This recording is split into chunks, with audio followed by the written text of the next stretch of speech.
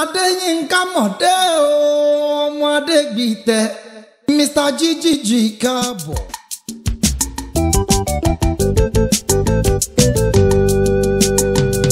Ìlera ológun ọ̀rọ̀. Ìlera ológun ọ̀rọ̀. Àṣírí ìlera ṣòun lè tó dágbére.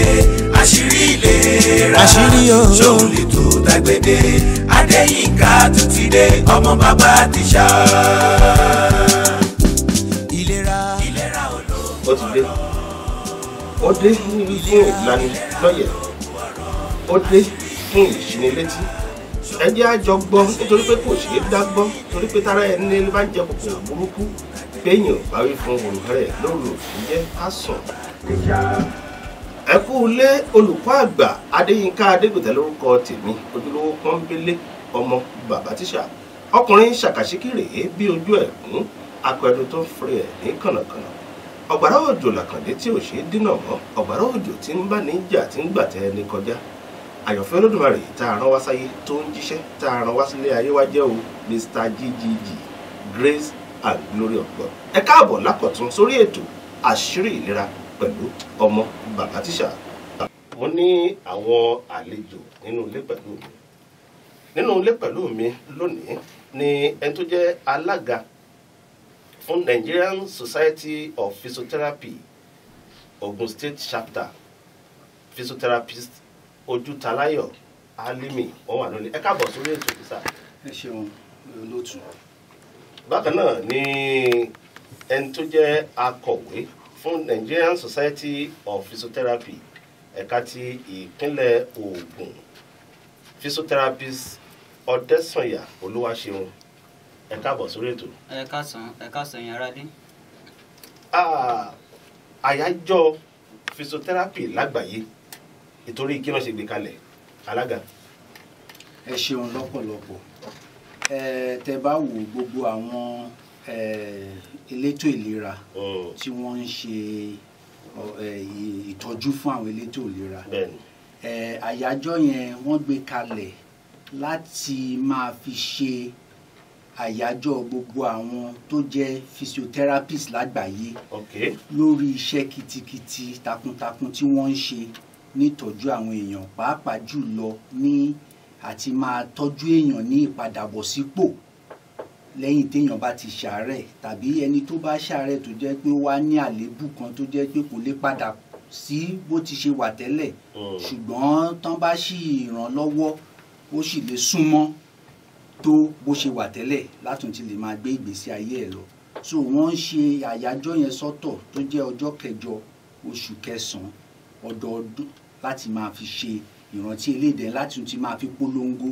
fáwọn èèyàn láti máa rántí wípé tí báyìí bá ń ṣẹlẹ̀ o àwọn elétò ìlera báyìí tó jẹ́ physiotherapist wọ́n wà ń bẹ̀ láti máa ràn yín lọ́wọ́ láti ṣe àtúntò ara yín padà sí bẹ́ẹ̀ ṣe wà tẹ́lẹ̀. Ọ̀pọ̀lọpọ̀ àwọn èèyàn ni wọ́n máa ń ròyìn pé àwọn physiotherapist eegun náà máa ń tò, ṣé bẹ́ẹ̀ ni physiotherapist Ọdẹ́sànyà? Ẹ ṣeun olóòtú. Iṣẹ́ physiotherapist àwọn Yorùbá wọ́n máa ń pè ní akọ́mọ́rìn. Ọ̀pọ̀lọpọ̀ gbàládẹ̀ máa ń sọ fún wọn pé ó kọjá akọ́mọ́rìn torí tó máa sọ pé Yorùbá ara ìfẹ́ pé orúkọ yín ní èdè Yorùbá wọ́n sọ pé àwọn tó ń ṣe akọ́mọ́rìn ṣùgbọ́n ó ju bẹ́ẹ̀ lọ. Iṣẹ́ physiotherapy ó dídí sí ìpele. Eléyìí tó ń ṣe egungun wà, eléyìí tó ń ṣe iṣan àti ẹran wà,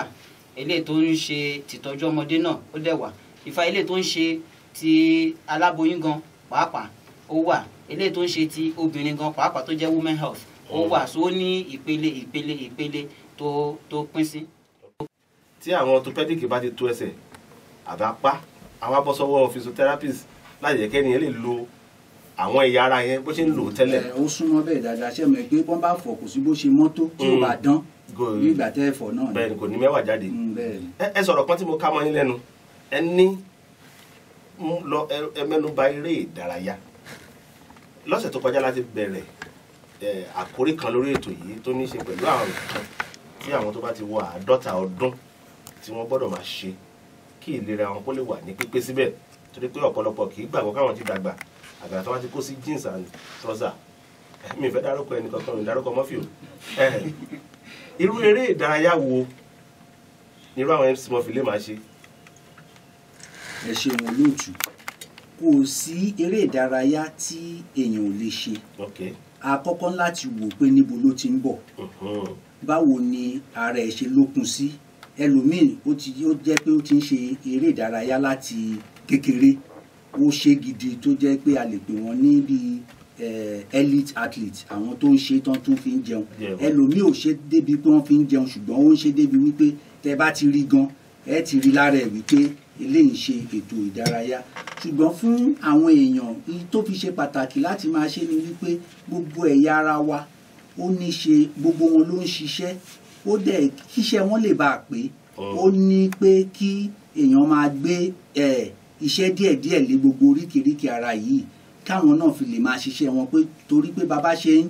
gbéṣẹ́ lé wọn lórí làwọn náà ni wọ́n á ṣe máa tún lé okun sí láti lè ṣiṣẹ́ yẹn dáadáa fún àpẹẹrẹ tá a bá jẹun tán tẹ́ bá kàn sùn kalẹ̀ oúnjẹ ò ní kúrò lá ní ipò tó wà a nílò láti ṣe àwọn akitiyan kan fún un láti jẹ́ pé oúnjẹ yẹn náà bẹ̀rẹ̀ sí ní ṣiṣẹ́ á lè fún wa ní agbára tá a ní ìdí gbogbo ẹ̀ á lè lọ sí gbogbo ètò yẹn so irú àwọn fún ẹni tó ti ń dàgbà tí ò ṣe tẹ́lẹ̀ ó dára pé kéèyàn rí ẹni tó mọ̀ nípa ètò ìdárayá yìí wọ́n á ní àwọn nǹkan kan tí wọ́n á wò nípa ẹni náà tó fi jẹ́ pé wọ́n á lè sọ fún un wípé fún ẹ̀yin o ní àti bẹ̀rẹ̀ ibi tẹ́ ti bẹ̀rẹ̀ lélẹ̀ á wà máa wọ̀n díẹ̀díẹ̀ á máa wọ̀n díẹ̀díẹ̀ báwo ni wọ́n ṣe ń lára wọ́n ṣe ń gba èyí tí wọ́n ń ṣe sí so a lè bẹ̀rẹ̀ pẹ̀lú bóyá ẹ̀rin ìṣẹ́jú 10 kó dẹ̀ jẹ́ pé títí tán bá bẹ̀rẹ̀ gbàtà bá fi rí ọ̀sẹ̀ kan tán bá ń ṣe déédéé wọ́n lè ti bẹ̀rẹ̀ sí ní rin 30 ìṣẹ́jú tí mímí wọn ò sì ní yàtọ̀ sí bó ṣe wà tẹ́lẹ̀. so tí ẹ bá ti wọ 50 years kó tó ṣeré ìdárayá ìjọ pọn dandan kó rí yín. ó fẹ́ẹ̀ pọn dandan ṣùgbọ́n torí pé nǹkan míì tẹ́ ẹ bá lọ kéèyàn má lọ ṣeré gélé ó má di pé ó mogun gire kọjá ewé mímí bẹ̀rẹ̀ sí ní lọ sókè kò fẹ́ padà sí bí bó ṣe bẹ̀rẹ̀ tẹ́lẹ̀. lọ́wọ́ ìjà kárí iná kànga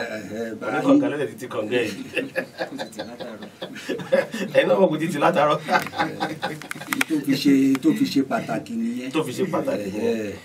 yàtọ̀ sí àwọn tó ti wà ní ọjọ́ orí 50 yẹn àwọn tó wà ní ọjọ́ orí 40 àbí gbogbo èèyàn ló gbọ́dọ̀ rí physiotherapist kó tó bẹ̀rẹ̀ eré ìdárayá. ẹ ṣeun olóòtú ṣe eré ìdárayá ó ní bẹ́ẹ̀ tí èèyàn fẹ́ lo oògùn ni ok paracetamol ó lo 2 láàárọ̀ 2 lọ́sàn-án 2 lálẹ́ bẹ́ẹ̀ yẹn bẹ́ẹ̀ náà eré ìdárayá ṣe rí ṣe eré ìdárayá ó ní ìpele gẹ́gẹ́ bí wọ́n ṣe ṣàlàyé síwájú a máa kọ́kọ́ wò ṣé ẹni yẹn ò ní ìpèníjà kankan tẹ́ni ò bá ní ìpèníjà ọkọ̀ ó yàtọ̀ sí eré ìdárayá tí ẹni tó ní ìpèníjà máa ṣe so a gbọ́dọ̀ wo àwọn nǹkan kó ní àwọn parameters àwọn àyẹ̀wò kankan tí wọ́n gbọ́dọ̀ mọ̀ so that ẹni yẹn tí bóyá tó ní ìfúnpá gíga ń sìn ó lójú eré ìdárayá tó lè ṣe ẹni tó ní ìtọ̀ ṣúgà ó lójú eré ìdárayá tó lè ṣe gbogbo àwọn nǹkan mẹ́rin la máa fi sí ṣùgbọ́n tó bá jẹ́ ọmọdé àti mọ̀pọ̀ ọmọdé nígbà táwa gan dàgbà kò sí nǹkan rẹpẹtẹ tí tẹ́yà lè wò lára ọmọdé náà ní ilé o eré ìdárayá láti máa ṣùgbọ́n ẹ̀ la máa ń ṣe àwọn inter-house sports kó kíní oríṣiríṣi ṣùgbọ́n tí wọ́n bá ti dá àwọn ọjọ́ orí kọ̀ọ̀kan èèyàn gbọ́dọ̀ fi àkíyèsí sí kí wọ́n tó sọ pé máa ṣe dé ẹni tí ó lè sá wákàtí kan tó lọ ń sá wákàtí 2 ó máa ṣe jàǹbá fún ara so bó ṣe rí nìyẹn. pàápàá jùlọ ká fi kún pé ẹni tó jẹ́ pé ìjọ wo ló ti dé orí pápá kẹ́yìn láti gbá bọ́ọ̀lù kó wá ráwọn ọ̀rẹ́ tó ń gbà kó kàn yàbàrà kó gbé kinní sẹ́sẹ̀ kọlọ jẹ kó lè ọjọ́ tó padà àgbọn dánrú ẹ o kọlọ jẹ kó lè kúrò lórí pápá láyọ̀ àtàlàáfíà ni o mo fẹ́ pa yín lẹ́rìn kan àwọn ọmọ mi lọ ṣe inter-house sport wọ́n wá ní káwọn òbí náà jáde fún sáré mo bá jáde mo parí eré náà ṣùgbọ́n dídí ọ̀sẹ̀ 2 ni mọ́tò fi ń gbé mi lẹ́sẹ̀. wọ́n tiẹ̀ pè mí mi àdáhùn ní ajọ́ ìgbó wà lórí kọ́ọ̀lù torí ọ̀lẹ́ mi mú ẹ̀wọ̀ ìjà wọ́n ní kò ní dáa fún ìyá àmẹ́jẹ̀ká fìpè sọ́rọ̀ ló wà lẹ́ àdáa fún ìyá gbogbo wa. now COVID-19 àjàkálẹ̀ àrùn àkóràn COVID-19 ó ti wá àdúpẹ́ pé Ọlọ́run ti ń bá wa dẹ́rọ̀ ẹ̀ ẹ̀yin tẹ́ jẹ́ physiotherapist kí ni iṣẹ́ ẹ ti yín pẹ̀lú COVID-19 ǹjẹ́ níṣẹ́ kankan. ẹ ṣe olóòtú tí àìlera bá ṣèyàn fún àpẹẹrẹ àjàkálẹ̀ àrùn COVID-19 kòkòrò àrùn ni tó ń pè ní virus tó bá wọnú ara ẹnì kan ó lè fa ìjàmbá ní àsìkò tí ó bá wọnú ara náà tó bá jẹ́ pé ẹni tó jẹ́ pé ó tún bá nǹkan míì lára ẹni ó lè fa àárẹ̀ tó jẹ́ wípé ó lè gbé onítọ̀hún dé orí bẹ́ẹ̀dì àárẹ̀ náà lè tún pọ̀ débi wípé onítọ̀hún nídìí láti lo supporting device láti máa wà so tẹ́ bá wá wò oríṣi nǹkan oríkèéríkèé ara ni àwọn àìsàn yìí máa ṣe fún àpẹẹrẹ ẹ̀dọ̀fóró tó fi ń mí mímí yẹn kò ní ṣiṣẹ́ dáadáa mọ́ so afẹ́rẹ́ tá à ń lò tó jẹ́ bí epo tí oúnjẹ ń lò láti fi máa tí ẹ̀jẹ̀ náà gbé káàkiri láti máa fi ṣe gbogbo òru yẹn á dínkù àwọn physiotherapist yìí àwọn náà ní ṣe nípa wípé bí afẹ́rẹ́ bó ṣe lè wọ gbogbo inú ẹ̀dọ̀fóró dáadáa tàbí tí àwọn nǹkan kan bá wà níbẹ̀ bíi kẹ̀lẹ̀bẹ̀ àwọn nǹkan kan tí ò ní jẹ́ kí afẹ́rẹ́ wọlé tó lè máa di báwo ló ṣe fẹ́ jáde so àwọn tó jẹ́ létò ìlera náà tán bá ti rí pé nìyẹn ti dé wípé ọ̀rọ̀ mímí àbí ó ṣe mímí kò mí dáadáa wà níbẹ̀ physiotherapist ni wọ́n á pè so gẹ́gẹ́ bó ṣe tí akọ̀wé ṣe sọ lẹ́ẹ̀kan ó wà lára ẹ̀yà ìtọ́jú tí physiotherapist náà tán tún ti ń kọ́mọ̀ nípa ẹ̀ sí wọ́n pè ní cardiopulmonary so that irú yẹn wọ́n á bẹ̀rẹ̀ sí ní ṣètò ẹ̀ láti rí wípé ọ̀nà tí afẹ́rẹ́ ń gbà wọlé yẹn ó wà dáadáa ó dẹ̀ ń ṣiṣẹ́ dáadáa nígbà tí wọ́n bá ń ṣe gbogbo ìtọ́jú yòókù lọ láti dá ara padà wá sí ipò so àpẹẹrẹ kan nìyẹn lásìkò náà tó bá tún jẹ́ pé ó tún wà ní dùbúlẹ̀ àìsàn fún ẹni tó jẹ́ pé ó wọnú ara gidi tó dẹ̀ fa àárẹ̀ tó wà gbogbo ìgbà tó bá wà ń bẹ̀ ó ṣeé ṣe kó jẹ́ pé ń ṣe ló kàn sùn gbalaja síbẹ̀ tí ò gbapá tí ò gbẹ́sẹ̀ tó dẹ̀ jẹ́ pé ó lè wà ń bẹ̀ fúngbà pípẹ́ díẹ̀ so iṣẹ́ àwọn physiotherapist náà tún ní láti máa mọ̀ láti rí wípé gbogbo oríkèéríkèé ara tó sì máa lò nígbà tí ara bá bẹ̀rẹ̀ sí ní padà sípò ó wà ní bó ṣe yẹ kó wà nígbà tí ó sì wà ní dùbúlẹ̀ àìsàn yẹn so àwọn iṣẹ́ tí ó jẹ́ iṣẹ́ títí physiotherapist yẹn lásìkò tí wọ́n bá ń ṣe ìtọ́jú tí àìsàn covid yìí tó bá jẹ́ kó lọ wọ ẹni náà lára gan débi pé ó fa àárẹ̀ tí ó jẹ́ tó ẹni náà máa pẹ́ ní orí dùbúlẹ̀ àìsàn. Rehabilitation after COVID-19 òun ni kókó àkórí ti ọdún World Physiotherapy Day tọdún yìí ṣíṣe àtúnṣe lẹ́yìn àjàkálẹ̀ àrùn COVID-19 kí ló rọ̀ mọ́ gan-an. ohun tí àwọn olórí ètò lọ́sàn-án òní ní ti àyájọ́ Physiotherapy Day lágbàáyé mo dẹ̀ ní nínú ilé lónìí physiotherapist Ojútaláyọ̀ Álímì tí wọ́n jẹ́ alága fún ẹgbẹ́ àwọn physiotherapy ẹ̀ka ti ìpínlẹ̀ Ògùn wọn ò dárìn wọ́n jọ wá pẹ̀lú akọ̀wé wọn ní physiotherapist Ọ̀dẹ́sànyà Olúwaṣeun. mo béèrè kan kó tó di pé a lọ sójú ọjà wípé rehabilitation after COVID-19 ṣíṣe àtúnṣe lẹ́yìn kòró kí ni ìtumọ̀ ẹ̀. ẹ ṣé olóòtú àti dúpẹ́ lọ́wọ́ Ọlọ́run torí COVID-19 àti dúpẹ́ pé ó ti ń kásẹ̀lẹ̀ ó ti ń rọlẹ̀ ní ìpínlẹ̀ wa àti ní orílẹ̀-èdè Nàìjíríà pàápàá jùlọ ṣùgbọ́n rehabilitation after COVID-19 tá a sọ yẹn bákan méjì ló pín sí COVID-19 ẹlòmíì tó bá ṣe àmọ́ pọ̀ kan lè symptomatic wọn ní fi kò ní sàpẹrẹ àwọn kan wà bẹ́ẹ̀ kẹ̀ àwọn kan wà tó yẹ pé wọ́n máa ní àpẹrẹ irú àwọn tó bá ní àpẹrẹ yẹn àgàgà tí kòkòrò ìbá bá nǹkan bí alága ṣe sọ ìbá bá nǹkan míì pàdé ní ara ó lè jẹ́ kẹ́ni yẹn kó sọ okun nù so iṣẹ́ tiwa ní láti òkè ẹni yìí kò ní okun mọ́ nítorí kòkòrò tó wọ ara ẹ̀ iṣẹ́ physiotherapy láti ràn án lọ́wọ́ kí okun kó padà sí ẹ̀yà ara tí ó sọnù ẹ̀yà ara tí kò ní agbára mọ́ nígbà tí kòkòrò yẹn wọ ara tó ní a fi sọ wípé òkè o báwo la ṣe fẹ́ ṣe tọdún yìí nítorí pé pàápàá jùlọ kìnní tí gbogbo á mọ̀ pé ó dá wàhálà sílẹ̀ ní gbogbo àgbáyé lọ́dún yìí nítorí ẹ̀yìn gbogbo àgbáyé ni wọ́n ń sọ pé COVID-19 rehabilitation kí la fẹ́ ṣe bẹ́ẹ̀ náà ló dẹ́ ṣe wà káàkiri ní gbogbo àgbáyé. kí lẹ fẹ́ ṣe ẹ sọ kọ́tà fẹ́ ṣe fún wa. nǹkan tá a fẹ́ ṣe ni wípé a fẹ́ sọ à ń fún àwọn èèyàn ní ìmọ̀ràn wọ́n ṣe lè ṣe ara wọn sí kí tí ń ṣe COVID-19 nìkan gbà mí gan ẹ̀wẹ̀ tí àrùn tó bá sọ̀yàn lórí bẹ́ẹ̀dì tó bá láyàn mọ́lẹ̀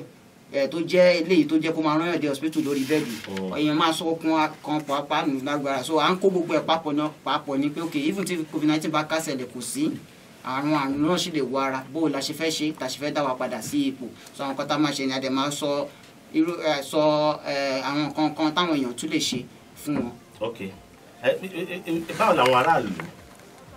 wọ́n ṣe máa jẹ àǹfààní àwọn nǹkan tẹ́ fẹ́ sọ yìí. ṣe rí ní gbogbo àwọn ètò hospital àti ní àwọn tó bá pé a máa fún ní ìdánilẹ́kọ̀ọ́ nítorí nǹkan tó wà nílẹ̀ a lè kó àwọn èèyàn jọ ibi tí mo lọ kọ́kọ́ nìyẹn ó jẹ́ ká kó àwọn èèyàn jọ ká sọ pé a fẹ́ ṣe ìdánilẹ́kọ̀ọ́ ká kó àwọn èèyàn jọ sí bóyá bíi hall àbí bákan nítorí nǹkan tí ó wà nílẹ̀ báyìí takété síra ìwé ní àṣewáṣe ní hospital so hospital Abẹ́òkúta hospital tìjẹ̀bú hospital tayétòrò bẹ́ẹ̀ so a máa mú àwọn èèyàn sí ibi ìdánilẹ́kọ̀ọ́ lè ṣe tá a mọ̀ pé kò ní lè ká lè pọ̀ ju báwọn èèyàn ṣe lè jókòó lọ a máa dáwọn nílẹ̀kọ̀ọ́. ó túmọ̀ sí pé lọ́jọ́ Tuesday kí ọkọ̀ wọ hospital ìjọba tó bá wà nítòsí. bẹ́ẹ̀ni tó bá ṣàdédé physiotherapy department ó máa ti rí wọn àmọ́ dáwọn gbogbo ìdánilẹ́kọ̀ọ́ tí ó yẹ ká mọ̀ ẹ máa dá wa lẹ́kọ̀ọ́ mẹ́rin. àwọn àlejò mi lórí ètò lónìí ní physiotherapy Ojútaláyọ̀ Álímì tí wọ́n jẹ́ alága àwọn physiotherapy ní ìpínlẹ̀ Ògùn àti akọ̀wé wọn physiotherapist Ọ̀dẹ́sànyà Olúwaṣeun. nítorí àkókò wa àní lè gba ìpè ojú ìpè ojú aago ilẹ̀ ṣe kínní ẹ máa fi nọ́mbà yín lẹ̀ alága nọ́mbà ọ̀rẹ́ lè pè é sí àwọn tó bá ní ìbéèrè. ẹ ṣeun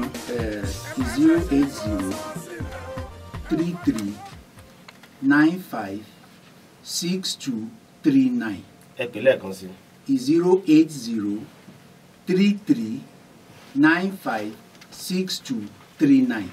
akọ̀wé nọ́mbà ọ̀rẹ́ lè pè é sí.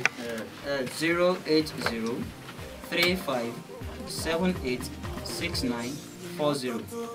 ẹ pè é lẹ́ẹ̀kan sí. 08035786940. ọkọ pàtàkì lọ́wọ́ physiotherapist Ojútaláyọ̀ Álímì tí wọ́n jẹ́ chairman Nigerian Society of Physiotherapy and secretary physiotherapist Olúwaṣeun Ọ̀dẹ́sànyà. ẹ ṣé tí